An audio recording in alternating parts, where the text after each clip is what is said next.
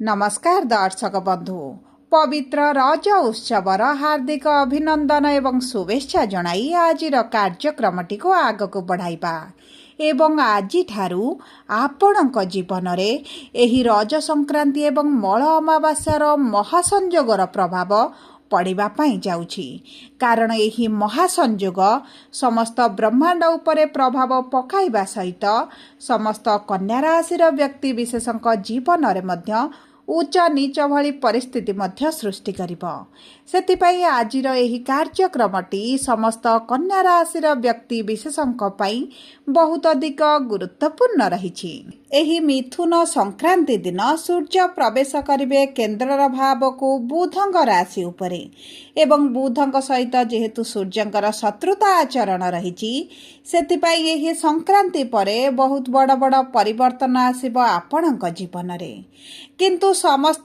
कन्या राशिर व्यक्ति को एका प्रकारर प्रभाव पड़िब नाही। किछि कन्या राशिर व्यक्तिंकर भाग्य चमकी पारे एवं किछि कन्या राशिर व्यक्तिंकर भाग्य दुर्भाग्य रे बदली पारे।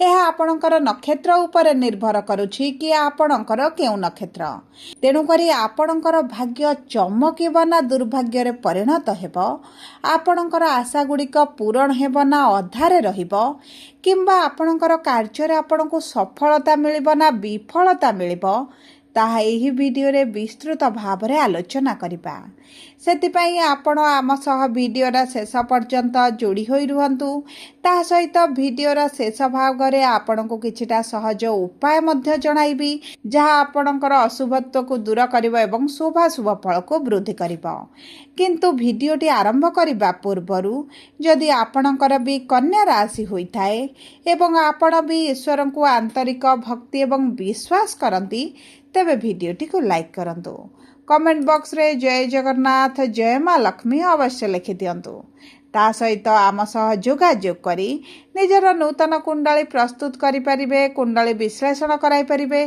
किंबा आपणकर चाकरी विवाह व्यवसाय प्रेम संपर्क शिक्षा स्वास्थ्य संतान को नहीं किछि समस्या रहिछि ताहार सहजरे एवं स्वल्प मूल्य रे समाधान करि परिबे सेतिपई आपण आम सह वीडियो रा शेष पर्यंत जोड़ी होई रुहंतु एवं व्हाट्सएप नंबर माध्यम रे आम सह जोगाजोग करी खूब कम मूल्य रे आपणक समस्यार समाधान करंतु। एबे आसंतु कार्यक्रमटी को आग को बढ़ाइबा एवं जानिबा एही महासंजोगटी आपणक पई आशीर्वाद हेब ना अभिशाप हेब। सर्वप्रथम जानिबा उत्तरा फाल्गुनी कन्या राशि 12/6 कन्या राशिर व्यक्ति विशेष मानकर नक्षत्राधिपति सूर्य जे गोचर करुछंती केंद्र भाव को कर्मर भाव को देखंतु सेठारे बुधंक सहित बुधंक राशि रे विराजमान करी बुधादित्य राजयोग बनाइबे एवं जो व्यक्ति माने सरकारी चाकरी रो संधान रे रहिचंती सरकारी चाकरी पय परीक्षा देउचंती इंटरव्यू देउचंती एंट्रांस देउचंती तेबे ही जून मास 15 तारिख रज संक्रांति परठारु आपणक सरकारी चाकरी रो अति प्रबल योग बनुछि आपणक परीक्षा हेउ आपणक इंटरव्यू एंट्रांस हेउ सेही सब क्षेत्र रे शुभ फल प्राप्ति हेबो ता सहित जदि आपण व्यवसाय अटंती तेबे व्यवसाय रे आशा अनुरूपक फल आपण को प्राप्त हेबो किछिटा आपणकर व्यवसाय क्षेत्र रे जदि अभिलाष रहिछि व्यवसाय को वृद्धि करिबा पई व्यवसाय को बढ़ाइबा पई व्यवसाय रे किछिटा परिवर्तन आनिबा पई किबा निजस्व एक व्यवसाय करिबा पई तेबे आपणकर एही सब अभिलाष आगामी दिन रे पूर्ण हेबा पई जाउछि जदि आपण पूर्वरु पार्टनरशिप व्यवसाय करूथिले एवं सेतारे मांदा परिस्थिति देखुचंती पार्टनर का सहित आपणकर समस्या लगी रहुछि तेबे एही समयटी आपणक पार्टनरशिप व्यवसाय पई एतेटा शुभदायक रही नाही जेतु सप्तम रे शनि विराजमान करिसंती ता सहित जदि आपण दैनंदिन रोजगार करूथिले तेबे आपणकर रोजगार रे निश्चित भाव रे परिश्रम अनुपात रे आपणकर लाभ आपणको मिलि पार नथिबो एहा देखंतु एही सम परिस्थिति वशत आपणकर एही संजोग वशत आपणकर रोजगार कमिला भली आपण अनुभव करिवे किंतु जदि स्वयं रे किछि व्यवसाय करंती स्वयं रे किछि रोजगार करंती तेबे ସେଥିରେ ଆପଣଙ୍କର ବଢ଼ୁତି ହେବ। ଆପଣ ଯଦି ପ୍ରାଇଭେଟ୍ ଚାକିରି ପାଇଁ ମଧ୍ୟ ଚେଷ୍ଟା କରୁଛନ୍ତି ତେବେ ଉତ୍ତମ ସମୟ ରହିଛି। ଆପଣଙ୍କର ଟଙ୍କାରୁ ଟଙ୍କା ଯଦି କମାଉଛନ୍ତି, କୌଣସି ଜାଗାରେ ଇନଭେଷ୍ଟ କରୁଛନ୍ତି, ତେବେ ମଧ୍ୟ ଆପଣଙ୍କୁ ଉତ୍ତମ ଫଳ ପ୍ରାପ୍ତି ହେବ। ସବୁ ପରେ ଆପଣଙ୍କ ସ୍ୱାସ୍ଥ୍ୟରେ ଆସିବ ବିରାଟ ପରିବର୍ତ୍ତନ। ଯେହେତୁ ଶନିଙ୍କର ସପ୍ତମ ଦୃଷ୍ଟିଟି ଆପଣଙ୍କର ଲଗ୍ନ ଭାବକୁ, ପ୍ରଥମ ଭାବକୁ, ସ୍ୱାସ୍ଥ୍ୟର ଭାବକୁ ରହୁଛି, ଆପଣଙ୍କର ମାନସିକ ଦୁଶ୍ଚିନ୍ତା ରହିବ। ଖାଦ୍ୟ ପାନୀୟ ଉପରେ ଦାୟିତ୍ୱ ନିଅନ୍ତୁ। ଆଣ୍ଠୁ ଗଣ୍ଠିରେ ଯନ୍ତ୍ରଣା ଅନୁଭବ କରିପାରନ୍ତି କିମ୍ବା ଗୋଡ଼ରେ କିଛିଟା ଆଘାତ ଲାଗିପାରେ। ପେଟ ସମସ୍ୟାଟି ଆପଣଙ୍କର ଲାଗି ରହିପାରେ। ସେ ଦିଗ ପ୍ରତି ଆପଣଙ୍କୁ ଦୃଷ୍ଟି ଦେବାକୁ ପଡ଼ିବ। ବିଶେଷ ଭାବରେ ଆପଣଙ୍କ ଖାଦ୍ୟ ପାନୀୟ ଉପରେ ଆପଣଙ୍କୁ ବହୁତ ଅଧିକ ଧ୍ୟାନ ଦେବାକୁ ପଡ଼ିବ। ଗ୍ୟାସ୍ ସମସ୍ୟାଟି ଆପଣଙ୍କର ବଢ଼ିପାରେ। ତେଣୁକରି ଆପଣଙ୍କର ନିଶ୍ଚିତ ଭାବରେ ଯୋଗ ପ୍ରାଣାୟାମ ଜାରି କରିବା ସହିତ ଖାଦ୍ୟ ପାନୀୟ ଉପରେ ନିୟନ୍ତ୍ରଣ ରଖନ୍ତୁ।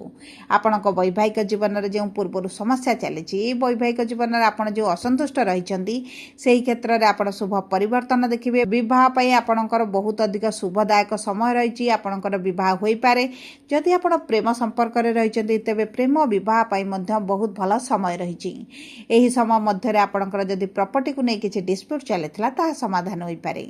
ଏବେ ଆସନ୍ତୁ ଜାଣିବା ହସ୍ତା କନ୍ୟା ରାଶି ବା 13/6 କନ୍ୟା ରାଶିର ବ୍ୟକ୍ତିବିଶେଷ ମାନଙ୍କର ନକ୍ଷତ୍ରାଧିପତି ହେଉଛନ୍ତି ଚନ୍ଦ୍ରମା ଏବଂ ଚନ୍ଦ୍ରମା ହେଉଛନ୍ତି ଆପଣଙ୍କର ଏକାଦଶ ଭାବର ସ୍ୱାମୀ, ଯେଉଁ ଗୃହରେ ଗୁରୁ ଏବଂ ଶୁକ୍ର ଏକତ୍ର ବିରାଜମାନ କରିଛନ୍ତି। ଆପଣଙ୍କର ଦୀର୍ଘ ଦିନର ଅଭିଳାଷ ଇଚ୍ଛା ପୂରଣ ହେବା ପାଇଁ ଯାଉଛି। ସନ୍ତାନ ସୁଖରୁ ଯଦି ବଞ୍ଚିତ ରହିଥିଲେ ତେବେ ଆପଣଙ୍କୁ ସନ୍ତାନ ସୁଖ ପ୍ରାପ୍ତି ହେବ। ସନ୍ତାନଙ୍କ ମାଧ୍ୟମରେ ମାନ ସମ୍ମାନ ବୃଦ୍ଧି ହେବ। କିଛି ଧନ ଲାଭ କରିବେ। ସନ୍ତାନଙ୍କ ବିବାହ ପାଇଁ, କ୍ୟାରିୟର ପାଇଁ, ସ୍ୱାସ୍ଥ୍ୟକୁ ନେଇ ଯଦି ଆପଣ ଚିନ୍ତିତ ରହୁଛନ୍ତି ତେବେ ମଧ୍ୟ ସେଥିରେ ବିରାଟ ପରିବର୍ତ୍ତନ ଆସିବ। ଆପଣଙ୍କର ଅର୍ଥ ଖର୍ଚ୍ଚଟି ବଢ଼ିପାରେ, କିନ୍ତୁ ଏହି ଅର୍ଥ ଖର୍ଚ୍ଚଟି ଆପଣଙ୍କୁ ସନ୍ତୁଷ୍ଟି ପ୍ରଦାନ କରିବ। ଆପଣଙ୍କର ଯେଉଁ ପୂର୍ବରୁ ମେଡ଼ିକାଲରେ ଖର୍ଚ୍ଚଟି ହେଉଥିଲା ସେହି ଖର୍ଚ୍ଚକୁ ଆପଣଙ୍କୁ ଟିକେ ନିୟନ୍ତ୍ରଣ ରଖିବାକୁ ପଡ଼ିବ। କାରଣ କେତୁ ଯେହେତୁ ଆପଣଙ୍କର ଦ୍ୱାଦଶ ଭାବରେ ଅଛନ୍ତି, ଆପଣଙ୍କର ଅଯଥା ଖର୍ଚ୍ଚକୁ ବଢ଼ାଇବେ। ବିଶେଷ ଭାବରେ ମେଡ଼ିକାଲରେ ଖର୍ଚ୍ଚ ଆପଣଙ୍କର ବଢ଼ିପାରେ।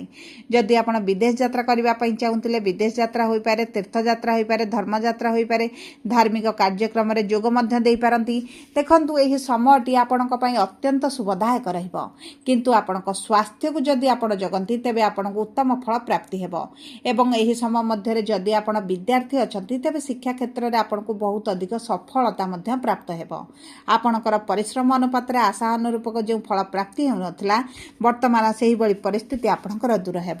ଶିକ୍ଷା କ୍ଷେତ୍ରରେ ଆପଣଙ୍କୁ ଲାଭ ପ୍ରାପ୍ତି ହେବ। ଆପଣଙ୍କର ଶିକ୍ଷା କ୍ଷେତ୍ରରେ ଜ୍ଞାନ ବୃଦ୍ଧି ଏବଂ ଶିକ୍ଷାରେ ଯଦି କିଛିଟା ରୋକ ଲାଗୁଛି, ବାଧକ ହେଉଛି, ତେବେ ତାହା ମଧ୍ୟ ଆପଣଙ୍କର ହଟିଯିବ। ଦେଖନ୍ତୁ ଯଦି ବି କିଛି ଆପଣ ପ୍ରତିଯୋଗିତାରେ ଭାଗ ନିଅନ୍ତି ତେବେ ଆପଣଙ୍କ ପାଇଁ ଉତ୍ତମ ସମୟ ରହିଛି, କିନ୍ତୁ ଚେଷ୍ଟା କରନ୍ତୁ ଏହି ସମୟ ମଧ୍ୟରେ ଆପଣ ଋଣ କରଜ ନ ନେବା ପାଇଁ। କାରଣ ରାହୁ ଯେହେତୁ ଷଷ୍ଠ ଭାବରେ ଅଛନ୍ତି, ଆପଣଙ୍କର ଅଯଥା କରଜ ଋଣକୁ ବୃଦ୍ଧି କରିପାରନ୍ତି। ଏବେ ଆସନ୍ତୁ ଜାଣିବା ଚିତ୍ରା କନ୍ୟା ରାଶି ବା 14/6 କନ୍ୟା ରାଶିର ବ୍ୟକ୍ତି ବିଶେଷ ମାନଙ୍କର ମଙ୍ଗଳ ହେଉଛନ୍ତି ନକ୍ଷତ୍ରାଧିପତି, ବିରାଜମାନ କରିଛନ୍ତି ଅଷ୍ଟମ ଭାବରେ। ଯଦି ଆପଣଙ୍କ ବିରୁଦ୍ଧରେ କିଛି କୋର୍ଟ କଚେରୀ କେସ୍ ଚାଲିଥିଲା ତେବେ ସେଥିରେ ଆପଣଙ୍କୁ ବିଜୟ ଲାଭ ହେବ। ତା ସହିତ ଯଦି ଆପଣଙ୍କ ପୈତୃକ ସମ୍ପତ୍ତିକୁ ନେଇ କିଛିଟା ସମସ୍ୟା ରହିଛି, ଆପଣଙ୍କ ପ୍ରାପ୍ୟ ଆପଣଙ୍କୁ ମିଳୁନଥିଲା, ତାହା ଆପଣଙ୍କୁ ପ୍ରାପ୍ତ ହେବ। ଉଚ୍ଚଶିକ୍ଷାର ଅଭିଳାଷ ପୂରଣ ହେବା ସହିତ ଅଚାନକ କୌଣସି ନା କୌଣସି ସୂତ୍ରରୁ ଆପଣଙ୍କୁ ଧନ ଲାଭ ହୋଇପାରେ। ମଙ୍ଗଳ 21 ତାରିଖରେ ଆପଣଙ୍କ ଭାଗ୍ୟର ଭାବକୁ ଗୋଚର କରିବା କ୍ଷଣି ଯଦି ଆପଣଙ୍କର କିଛି ପ୍ରମୋସନ ହେବାର ଅଛି କିମ୍ବା ଆପଣଙ୍କର କିଛି ଟ୍ରାନ୍ସଫର ହେବାର ଅଛି ତେବେ ସେହି କ୍ଷେତ୍ରରେ ଆପଣ କିଛିଟା ଧୀମା ପରିସ୍ଥିତି ଦେଖିପାରନ୍ତି। କିନ୍ତୁ ଯେଉଁ ବ୍ୟକ୍ତିମାନେ ଦ୍ୱିତୀୟ ବିବାହ କରିବା ପାଇଁ ଚାହୁଁଛନ୍ତି, ଆପଣଙ୍କ ଦ୍ୱିତୀୟ ବିବାହ ପାଇଁ ଅତି ପ୍ରବଳ ଯୋଗ ବନିବ। ଆପଣଙ୍କର ବିବାହରେ ବାଧା ହେବା, ବିବାହରେ ଶତ୍ରୁଙ୍କ ଜନିତ ଆପଣଙ୍କ ବିବାହରେ ସମସ୍ୟା ସୃଷ୍ଟି ହେବା କିମ୍ବା ଆପଣଙ୍କ ବୟସ ବଢ଼ି ଚାଲିଛି, ବିବାହ ହୋଇପାରୁନି, ବିଭିନ୍ନ ପ୍ରକାର ସାମାଜିକ ପରିସ୍ଥିତି କିମ୍ବା ପାରିବାରିକ ସ୍ଥିତିକୁ ନେଇ ତେବେ ମଧ୍ୟ ଆପଣଙ୍କ ବିବାହ ପାଇଁ ଅତି ପ୍ରବଳ ଯୋଗ ବନୁଛି। ସବୁଠାରୁ ବଡ଼ କଥା ହେଉଛି ଯଦି ଆପଣଙ୍କର ଦ୍ୱିତୀୟ ବିବାହରେ କିଛି ସମସ୍ୟା ଅଛି ତାହା ଆପଣଙ୍କର ଦୂର ହୋଇଯିବ। ଏବଂ ଦେଖନ୍ତୁ ଏହି ସମୟ ମଧ୍ୟରେ ସନ୍ତାନ ପାଇଁ ଯଦି ଆପଣ ଚେଷ୍ଟା କରନ୍ତି ନିଶ୍ଚିତ ଭାବରେ ସନ୍ତାନ ସୁଖ ଆପଣଙ୍କୁ ପ୍ରାପ୍ତ ହେବ। ଆର୍ଥିକ ସ୍ଥିତିରେ ଧୀରେ ଧୀରେ ସ୍ୱଚ୍ଛଳ ପରିସ୍ଥିତି ଆସିବ। ଆପଣଙ୍କର ଅର୍ଥ ସେଭିଙ୍ଗସ୍ ଯେଉଁ ହୋଇପାରୁନଥିଲା ତେବେ ଆପଣଙ୍କର ଅର୍ଥ ସେଭିଙ୍ଗସ୍ ମଧ୍ୟ ବଢ଼ିବ। କିଛି ଆପଣ ଏହି ସମୟ ମଧ୍ୟରେ ପ୍ରପର୍ଟିକୁ ନେଇ ବଡ଼ ନିଷ୍ପତ୍ତି ମଧ୍ୟ ନେଇପାରନ୍ତି। କିଛି ପ୍ରପର୍ଟି କିଣିପାରନ୍ତି କିମ୍ବା କିଛି ପ୍ରପର୍ଟି ଯଦି ବିକ୍ରି କରିବା ପାଇଁ ଚାହୁଁଥିଲେ ତେବେ ମଧ୍ୟ ଆପଣଙ୍କର ବିକ୍ରି କରିପାରନ୍ତି। ଗୃହକୁ କିଛିଟା ନୂତନ ଜିନିଷ ଆପଣ ଆଣିପାରନ୍ତି କିମ୍ବା ଆପଣ ନୂତନ ଗୃହ କ୍ରୟ କରିପାରନ୍ତି, ଗୃହ କାର୍ଯ୍ୟ ଆରମ୍ଭ କରିପାରନ୍ତି, ଗୃହ ପ୍ରତିଷ୍ଠା କରିପାରନ୍ତି। ଘର ସମ୍ବନ୍ଧିତ ଆପଣଙ୍କୁ କିଛି ନା କିଛି ଶୁଭ ଖବର ପ୍ରାପ୍ତି ହେବ। ତା ସହିତ ଯଦି ଆପଣଙ୍କର आपणकर विदेश जीवार किसी अभिलाष रही इच्छा रही तेज ताहा आपणकर पूरण होगा सहित आपण वैदेशिक मुद्रार रोजगार में वृद्धि घटव। सबुपर अशुभत्व को दूर कर शुभाशुभ फल वृद्धि करने प्रत्येक दिन प्रातः समय सूर्य को जल अर्पण करूँ। महादेव उपासना करूँ। प्रातः समय ओम नमः शिवाय मंत्रटी 21 थर कि 108 थर जप करूँ एवं हनुमान चालीसा प्रतिदिन पाठ करने सहित हाथ में एक नाली रंगर कि हलदी रंगर एक फिताटे हाथ में बांधतु एवं ता सहित किछिटा कला रंगर जिनिस आपण दान कर दिंतु एवं शनिवार दिन दान करें आपणक उत्तम सबुपर जदि आपणकर कन्या राशि होता है तेरे भिडटी किभली लगला कमेंट बॉक्स रे लिखि जणातु। जदि आपणक प्रियजनकर कन्या राशि होता है भिडटी सहित शेयर करंतु। जदि प्रथम थर आम चैनल को आसी चैनल टी को सब्सक्राइब करंतु। पाखरे थिबा बेल आइकन को प्रेस करंतु। धन्यवाद।